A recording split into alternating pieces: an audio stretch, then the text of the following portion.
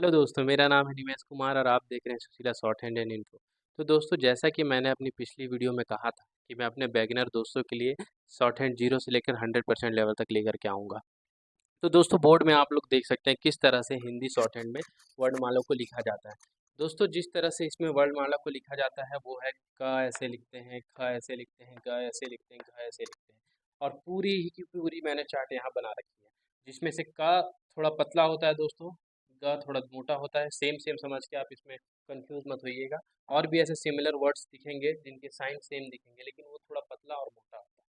तो दोस्तों, फिलहाल आज के लिए मैं इसी को लाया हूँ। अगले वीडियो में मैं आपको ये भी बता दूंगा कि कौन सा वर्ड पतला कौन सा मोटा होता है और इनको कैसे जोड़ करके शब्द बनाते हैं, वो भी मैं अगली वीडियो में बता दूंगा। फिलहाल ज़्यादा देर ना करते हुए चलते हैं दोस्तों डिक्टेशन की तरफ, जो जैसा कि मैंने कहा था कि अगली वीडियो में मैं एक डिक्टेशन लेके आऊँगा। तो दोस्तों, डिक्टेशन जो बुक है वो है डिक्टेशन संकलन। वह काफ़ी अच्छी बुक है, आप लोग चाहें तो खरीद सकते हैं। तो चलिए ज़्यादा देर ना करते हुए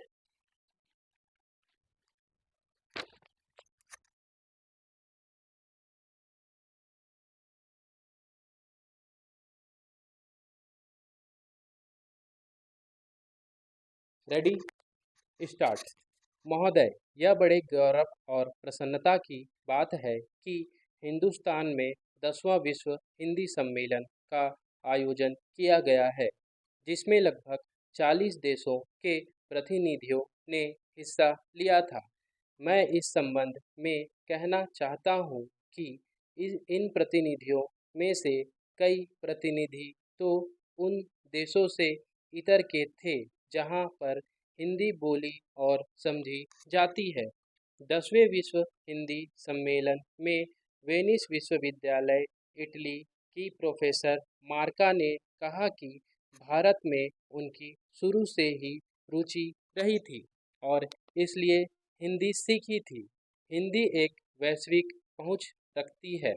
साथ ही कहा कि दूसरी भाषाओं के चक्कर में अपनी मातृभाषा को भूल जाना ठीक नहीं है। चीन के प्रतिनिधि ने धारा प्रवाह हिंदी में अपनी बात रखते हुए कहा, हिंदी दुनिया की बड़ी भाषा है और इसका लगातार विकास हो रहा है। इस सम्मेलन में स्वीडन के एक प्रतिनिधि ने कहा था कि हिंदी बहुत समृद्ध भाषा है, लेकिन इसमें अन्य भाषाओं के समृद्ध शब्दों को समाहित करके और समृद्ध बनाना चाहिए। इस सम्मेलन में पोलैंड वारसा विश्वविद्यालय के एक प्रोफेसर ने प्रधानमंत्री द्वारा कही गई बातों को दोहराते हुए अपनी सहमति व्यक्त की थी कि हिंदी भाषा के अंदर दूसरी भाषाओं के उपयोगी शब्दों को समाहित करना चाहिए। एक प्रतिनिधि ने कहा कि मैं महात्मा गांधी के विचारों से प्रेरित होती रही हूँ, इसलिए उनको जानने के लिए उन्होंने हिंदी सीखी। आजकल हमारे यहाँ हिंदी और हिंदी की फिल्में बहुत लोकप्रिय हो रही हैं।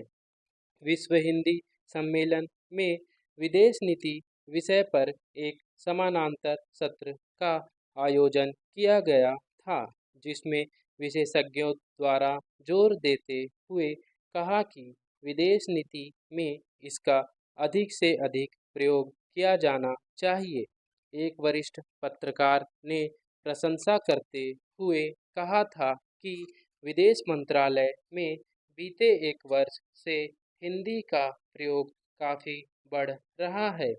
अब विदेश मंत्रालय में मौलिक हिंदी का लेखन होने लगा है।